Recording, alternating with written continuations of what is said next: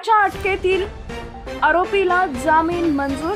वरील प्रकरणात विजापूर नाका पोलीस स्टेशन अंतर्गत गुन्हे क्रमांक 99/2023 अन्वये भारतीय दंडविधान संहिता कलम 302-34 अंतर्गत 3 आरोपींविरुद्ध दिनांक 19 फेब्रुवारी 2023 रोजी गुन्हा दाखल करण्यात आला होता।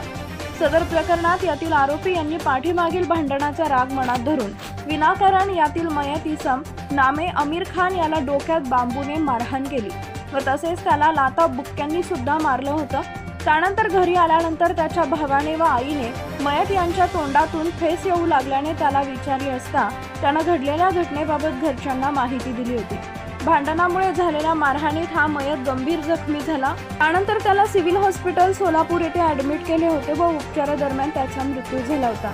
यातील आरोपी जाकीर सलीम सय्यद हा दिनांक 20 फेब्रुवारी 2023 पासून अटकेत होता। आरोपीने आपला जामीन अर्ज मेसर जिल्हा व सत्र न्यायालय सोलापूर येथे दाखल केला होता। आरोपीच्या वकिलाने केलेला युक्तिवाद ग्राह्य मानून जिल्हा व सत्र न्यायाधीश श्रीमती रेखा पांढरे यांनी आरोपीचा जामीन अर्ज सशर्त मंजूर केला।